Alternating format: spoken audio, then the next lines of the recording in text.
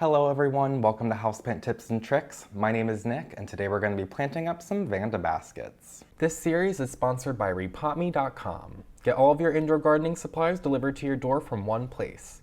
Repotme.com has practically anything you need for your orchids, succulents, and houseplants, including handmade potting mixes, planters, fertilizers, and much more.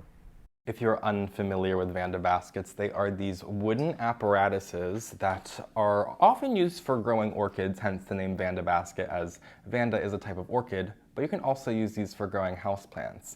And on the counter here I have a couple of different examples of houseplants already planted up in Vanda Baskets, such as this Anthurium gracile right here, which has a baby plant coming out the bottom, which is kind of one of the fun reasons to grow some of your houseplants in Vanda Baskets, because they can really explore their surroundings. As well as this orchid right here. This is a Brassocattleya yellow bird, and then a Hoya. This is a Hoya carnosa Crimson Princess. And while this is a great way to grow houseplants, it's really often not considered. I don't think you're going to often walk into many houseplant stores and find these products available. I've only seen them myself at specialty orchid stores, but you can find everything that I am sharing today in today's video available on repotme.com, and I'll also leave any of the products that I use in today's video linked below. And if you click on any of the links and make a purchase through those links, I get a small kickback, so thank you very much in advance. But let's just get right into the demonstration. So what are you going to need for today's project? Of course, you're going to need a Vanda basket. You're also going to need some houseplants. My first tip for you guys today is to use an epiphytic houseplant when you're working with Vanda baskets. Epiphytic houseplants are plants that in nature are growing on another host plant, but they're not necessarily leaching any nutrients off of that plant. They're just kind of coexisting with that houseplant. I think the most common example of an epiphytic plant that you're going to find at your local houseplant stores are ferns. And if you live in a habitat where ferns are native to, you're often going to see them growing on the surfaces of trees, and they're just kind of living there looking lovely and lush. And that's what these other plants do in their natural habitat as well. So I mentioned anthuriums earlier. We're going to be potting up this Anthurium clarinervium today, as well as I mentioned Hoyas. So we're also going to be potting up this Hoya australis. And a little later on, we're also going to pot up this Rhipsalis pilocarpa here, which is a type of jungle cactus and epiphytic cactus. So going to give you a little bit different character than these more leafy plants right here. And you're also going to need a potting medium. Today we're going to be using New Zealand sphagnum moss. You can find this available on repotme.com if you don't already have any in your home. And last but not least, we'll get to this part a little after we pot up our plants, but you're also going to need this Vanda basket hanger, which is just this little doodad here that has this metal swoop right here to hang your plant on, and then a bunch of these little thinner metal wires that we're going to attach to our Vanda basket, but I will show you more of that demonstration later. So we're going to start off by getting some sphagnum moss. We're going to make a mess as always, so I'm not going to bother cleaning up at all. But let's get some of our sphagnum moss, which is dry at the moment, and we're just going to put it in this bowl right here. A bucket is fine, a cash po or a planter that doesn't have a drainage hole in the bottom, anything that's going to hold onto water, but you're probably going to want to work with a decent amount of it. So a mixing bowl like this is going to do wonderfully. And then let's just take it over to the sink. We're going to wet it real quick. And we'll just squeeze it all up so that all of the moss can absorb it, as sometimes you can miss a couple spots and have a little bit of dry moss here and there. And you don't want your moss sopping wet either. You just want it to be nice and very, very moist. Damp is fine too, but you're just gonna have to water it a little bit more later. And since we are working with sphagnum moss as our potting medium today, I think this is perfect for if you've been, say, rooting up any Hoya cuttings in sphagnum moss, and instead of potting them up in a planter in a soil mixture, you can keep them in the medium that they've been rooting in and just plant them up in a Vanda basket and allow them to trail beautifully, and maybe they will even twine their way up the metal basket wires here. So Hoyas are definitely a great plant to pot in Vanda baskets. Definitely one of the best examples that I have to share with you today. So let's go ahead and plant up this Hoya australis first. We're just going to start by taking our plant out of its nursery planter here. We're going to remove a good amount of the soil just because we don't really need it. It's going to be living inside the sphagnum moss. In fact, I'm usually feeling a little bit more confident with my Hoyas if they're on the smaller side growing inside sphagnum moss. They really seem to enjoy it.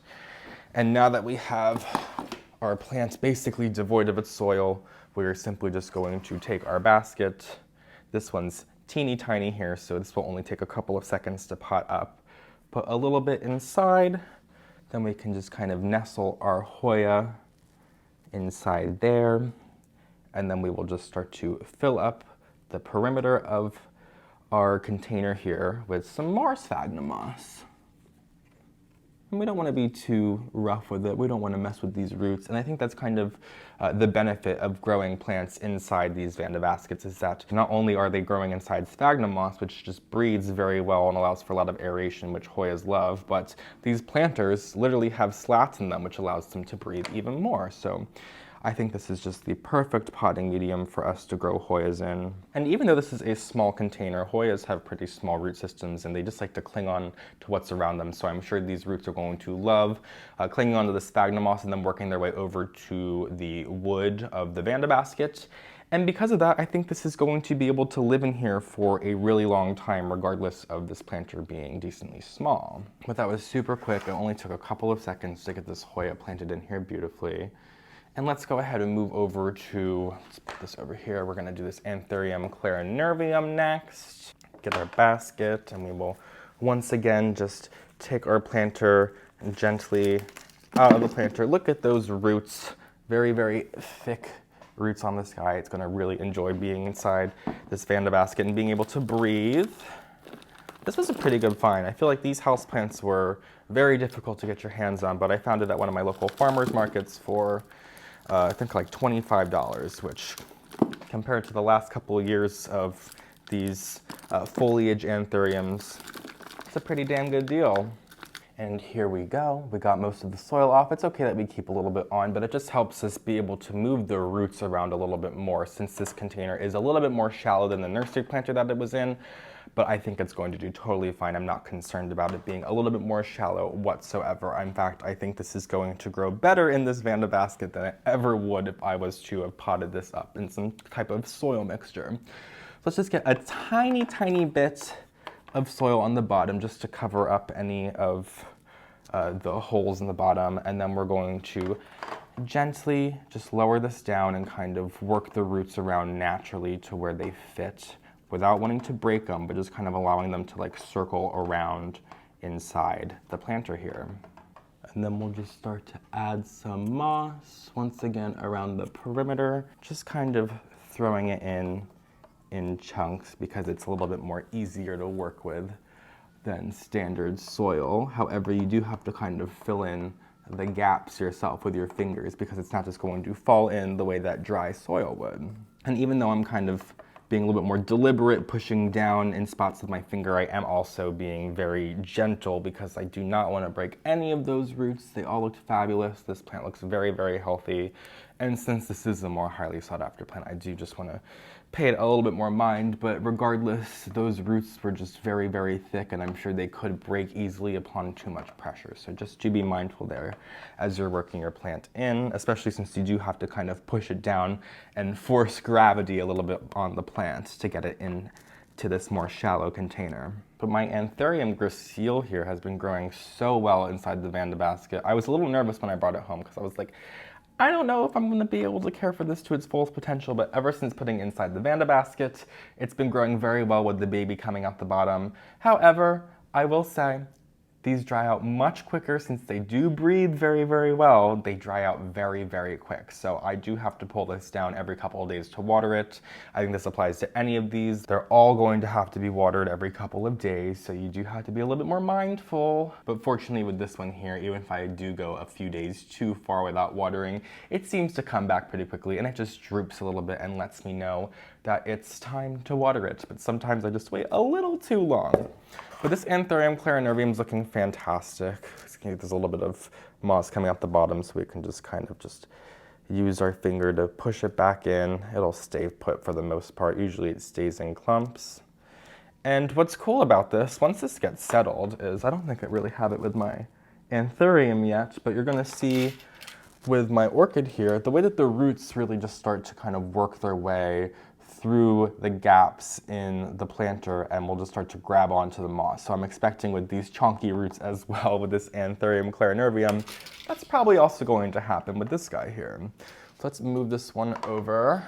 We're still gonna have to put the wires on at the end, but I think we might as well, while we're making a big mess here, we might as well just get that Rhipsalis potted up. So I have this Rhipsalis pilocarpa here, which looks fantastic in the planter, but I also have this just like random one in my home as well. So I figured we could kill two birds with one stone and just pot these up together, make it look even a little bit more full, and then I don't have to worry about this planter right here, and I can put something else in its spot. We're always looking to make room for new plants. But on top of that, I'll make another space for where this one goes, because I'm gonna just hang these up on my ceiling because obviously they hang. And the best thing about these two is these are so much more lightweight than your standard hanging plants. Like if you have a ceramic planter and a macrame hanger, that definitely weighs a couple pounds, but even when these are wet, I don't think they weigh more than like a pound, particularly these smaller ones.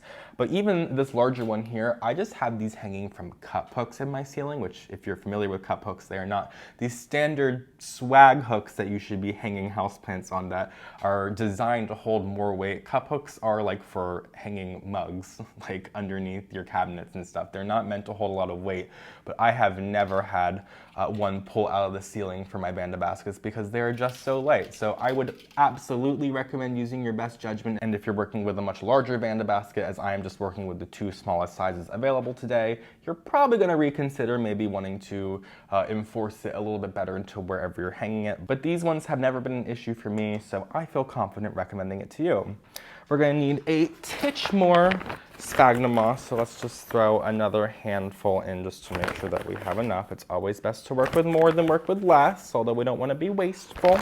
And let's go ahead and once again just loosen our plants out of their containers. In fact, I think I'm going to reach behind me here and get a butter knife, just because I think that's going to help us get our houseplant out. Ancient gardening secret, butter knives work wonders. And we'll just judge this guy out, place our planter to the side. And Rhipsalis have pretty fine roots, so I can just kind of like rub the soil through my fingers and I don't have to really worry about damaging it. Also, this one has just been neglected by me, so I don't even think it's gonna have that robust of a root system anyway. But just to have it grow best in the sphagnum moss and to be able to get it into the sphagnum moss easiest, let's just try our best to remove as much of the soil and all of this perlite that's attached to the roots as possible. Dusty. Wow, I can tell how much I've been neglecting this just for how dusty this plant is and also how dehydrated it is. But it's gonna be getting a lot more attention hanging out with this Rhipsalis that I just pay a lot more attention to. And maybe it goes without saying, but if you're working with dry soil, which I typically recommend repotting your houseplants when they are on the drier side, it's going to be much easier to just have the soil just fall away. Like I said, I can just practically run it through my fingers and it's just falling into my vessel below. Ooh, and I accidentally just separated these. And I'm like, that might allow me to make a little bit more dimension. As full as I loved it, I feel like with this extra piece here, we could probably just try to make our basket look a little fuller. So we're gonna have some fun with this one. Let me put these pieces down, get our apparatus out of the way, and let's get one more Vanda basket up in her. Throw a little chunk of the moss in. These roots are obviously way less thick and chunky than the one we were just working with. So we can add a little bit more moss to our base and then just kind of nestle our plants in the way. Oh, that's so cool already. How cool is that?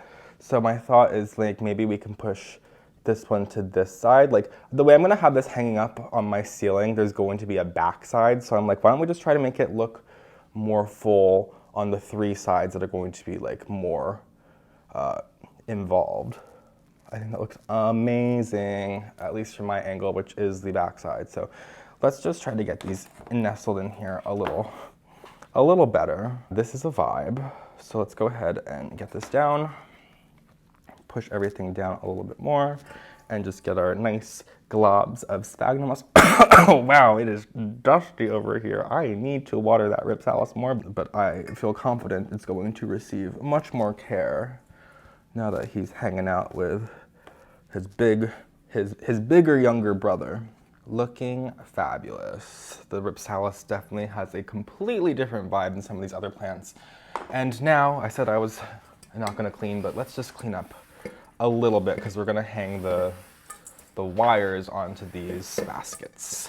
So in order to hang our wire hangers onto our basket, you are, of course, going to need some wire cutters because you're probably not going to want them to be the length that you purchase them. They are always sold with more wire than you need because, like I said, it's always best to be working with extra than not have enough. So we're going to find a length that we're going to appreciate hanging this one at. We can kind of compare it to our other ones here. So maybe we'll have it similar to the Hoya right next to it. And then we're just going to take our wire and we're going to find one spot where we're going to hang it and we're going to bend it in one direction. Super simple. Trust you want to do them all at the same time. I've tried other ways of getting them all in there separately. It does not work as easily as you might expect it to. So let's just go ahead and cut these. Amazing. And I will admit, I even like to save these scraps because there are plenty of things plant related that I can use them for, whether I'm bending them over and using them as a plant stake, or sometimes I'll use them to hang my mounts on the wall as the wire instead of having to go out and get other wire. These scraps really do come in handy, so I would think twice before throwing out your Vanda Basket wire scraps. And then we have all of these having their hook already at the same length, so we can just kind of separate them to how they fall naturally. And then we can just kind of hook them in one by one and then fold it up to kind of lock it into place. And then you can pull up to try to straighten it out. And there we go. Of course, you can work with it a little bit more to your liking, depending on how anal retentive you are. If you're like me, that's very. And we have one of our plants ready to hang. Isn't this wonderful? Such a vibe. Obviously, we're gonna get probably more of a vibe with this Rhipsalis here because, let's be real, this definitely is as beautiful as this Anthurium is, and I love these other plants here, but this just has so much character, especially for a hanging plant.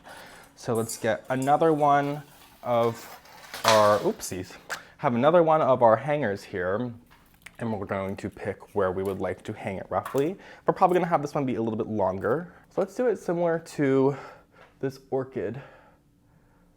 Yeah, let's do about that, maybe a little bit longer. So just take it, bend them all in one direction at the same time. And then we're gonna take our wire cutters once again, and we're going to cut all of these. Fabulous. Save our scraps, because you never know. And then we're gonna take it, we're going to separate them, like I said, where they fall naturally. You don't want them to be twisting all over each other because it just might not look as good.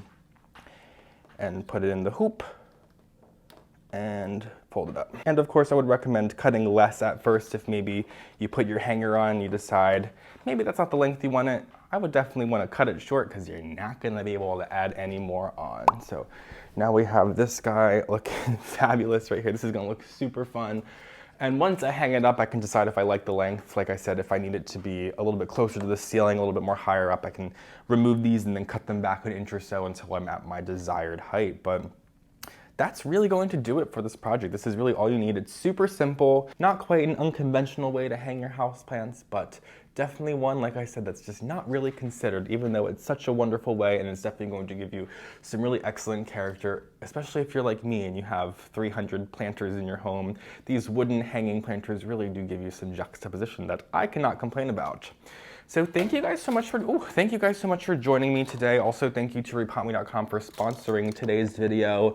As I mentioned, I will leave all of the products that I used from them today linked in the description below, which includes practically everything except for the houseplants that I used today. So thank you guys so much for joining me. If you don't already, follow me on Instagram at phillyfoliage. You can subscribe to my Patreon for even more houseplant content. Subscribe to my channel, and I will see you guys in my next video. Have a great day.